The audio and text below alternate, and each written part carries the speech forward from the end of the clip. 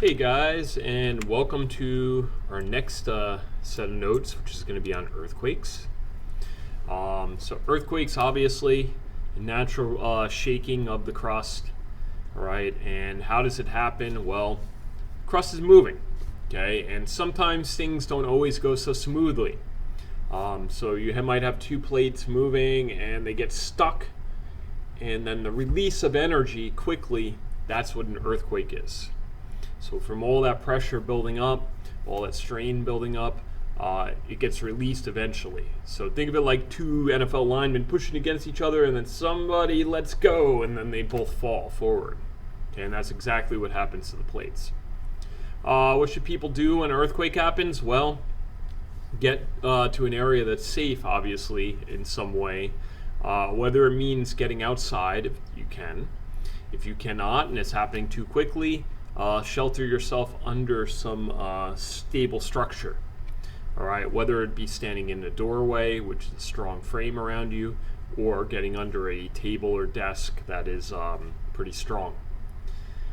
To prepare for an earthquake, well, that has to do with building, and we're going to talk about that a little bit.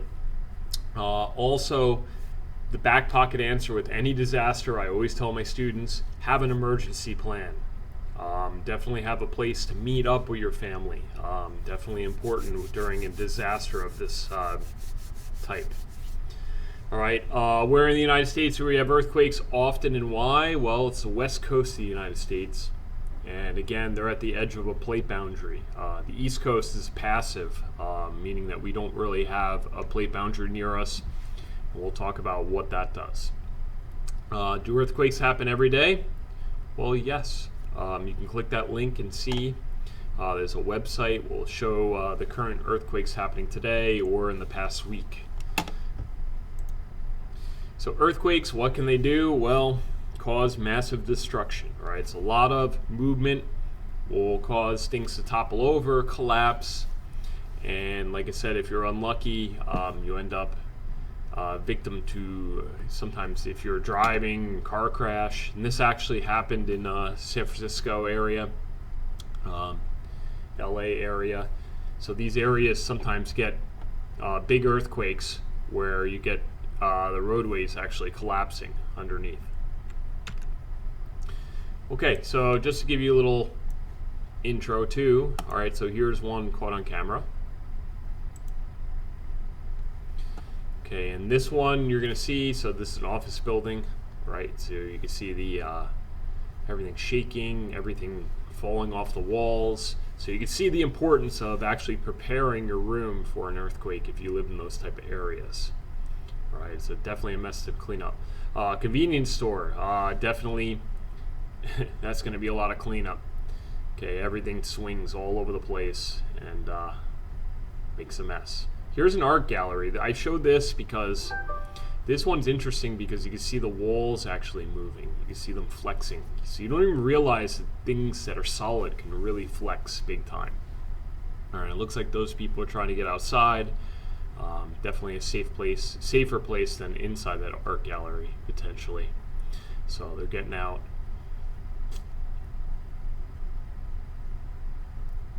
I think there's a latecomer here. Yep, there he is. All right, and then lastly, just to show you the glass too, you can see the flex in the glass. So again, having the importance of building things properly in an earthquake-prone zone, definitely. So cities that usually have earthquakes a lot, they build them actually well to withstand the problems. All right, so an earthquake is a natural shaking of the lithosphere caused by the slipping of rocks, usually along a fault. Now, talking about where the earthquake happened, we can look at it two different ways. We can look at it, where does it actually happen, which the focus looks at that. The scientists will actually be more concerned with this. So the origin of the earthquake below the Earth's surface, where the waves are actually originating. So we're looking at the fault and where it actually is slipping exactly. The news reports, on the other hand, will give you what's called the epicenter. That's the place on the Earth's surface right above the focus. So it's usually the closest city or town that was affected by the earthquake. Okay, and that's how they report it to the public and everything else. And then magnitude is also something we talk about. This is the strength of the earthquake. Waves measured by what's called a seismograph. It's basically a rotating drum with a pen basically going up and down, and obviously the more vibrations, the more bigger the waves will look on the piece of paper. All right, so I'll show you a picture of that in a moment. So that's called a seismograph. All right, so this is explained focus to you. So if this is the fault, you can see down below the Earth's surface, that's called the focus. That's where the slippage happened. And then above that would be the epicenter. Okay, and the seismic waves, remember, go out in every direction. They actually go through the Earth's center also. We're going to talk more about that in a little bit.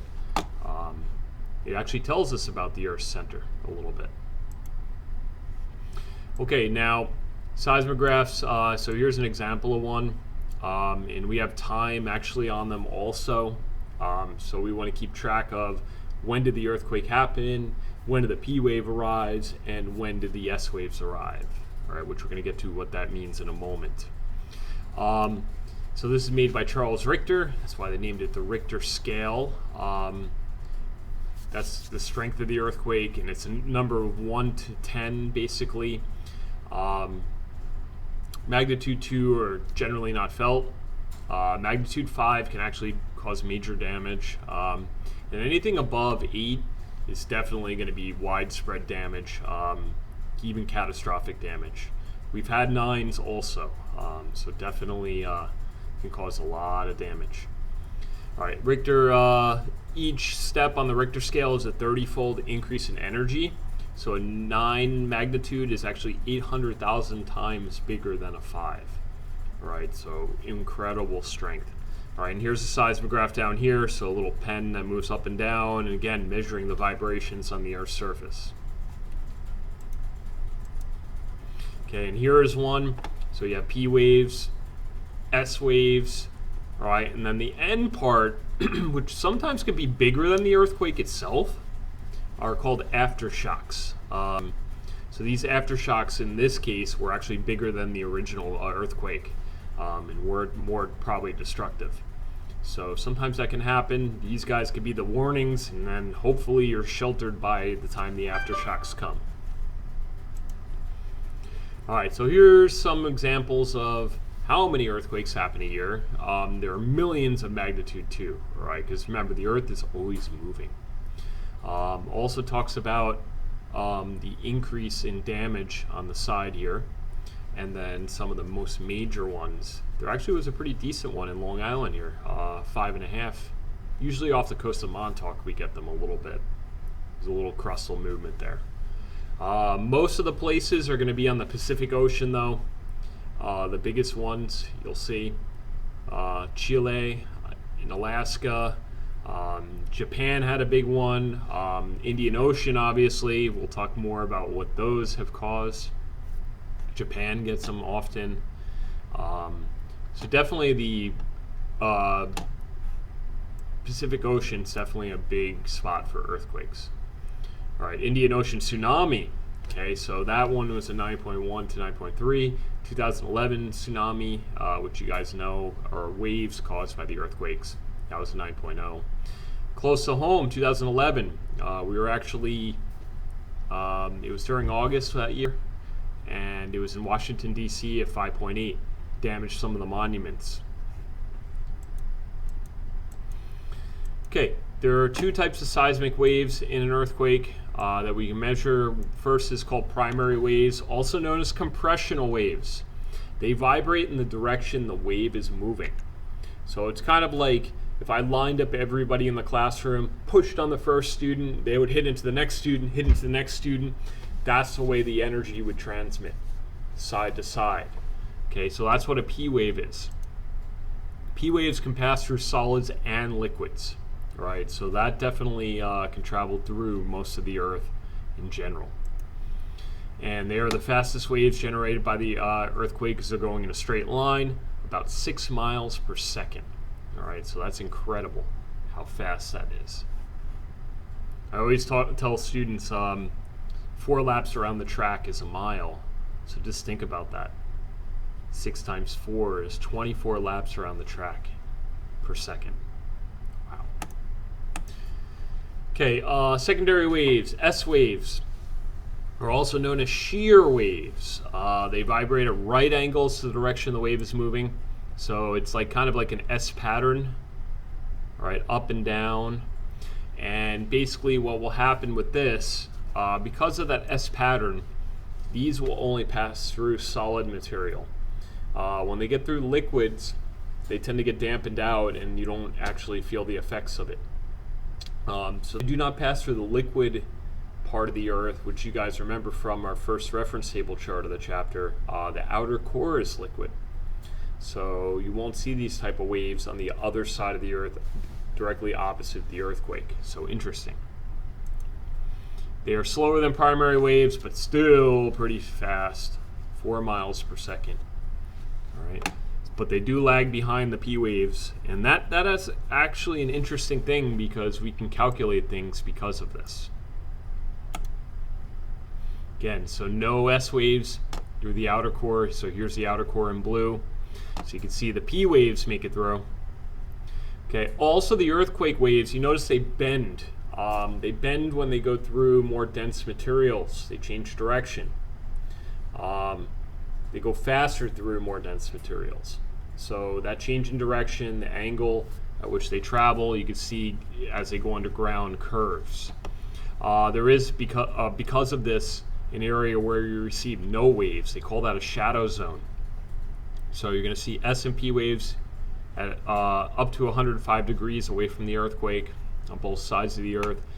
And then you get an area between 105 and 140 degrees. That's called the shadow zone. And that happens over here also. And then the P waves are on the other side of the Earth, opposite the earthquake. All right, they make it through. All right, now as far as building for an earthquake, this is interesting. This isn't this is an earthquake that did this, but this just shows you how solids can flex. All right, so this is the Tacoma Narrows Bridge. This was a blunder made in building something, and you can see even wind can do that to a strong material like that, and it will actually broke. So that just shows you don't make things too flexible, but also don't make things too rigid also in some cases, because that will crack also. So instead, recently we found diagonal trusses. You see these triangular pieces. These are the strongest way to build something. So they've actually started to use this in building processes in areas that are earthquake prone. So the Transamerica building in San Francisco.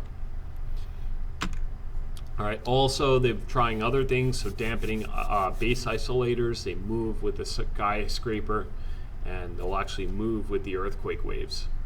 All right. So that's an interesting sort of thought. Instead of having the whole building topple over. All right. So there is a reference table chart. We're going to go more into detail in the next set of notes, or the continuation of these notes. Definitely going to work through some examples on it. It looks like this. All right, so you can see the P wave and S wave travel times and distances. So definitely a difficult chart to navigate. There's a lot of things you can do with this. All right, so we'll do some examples and practice with this. All right, thank you guys for tuning in.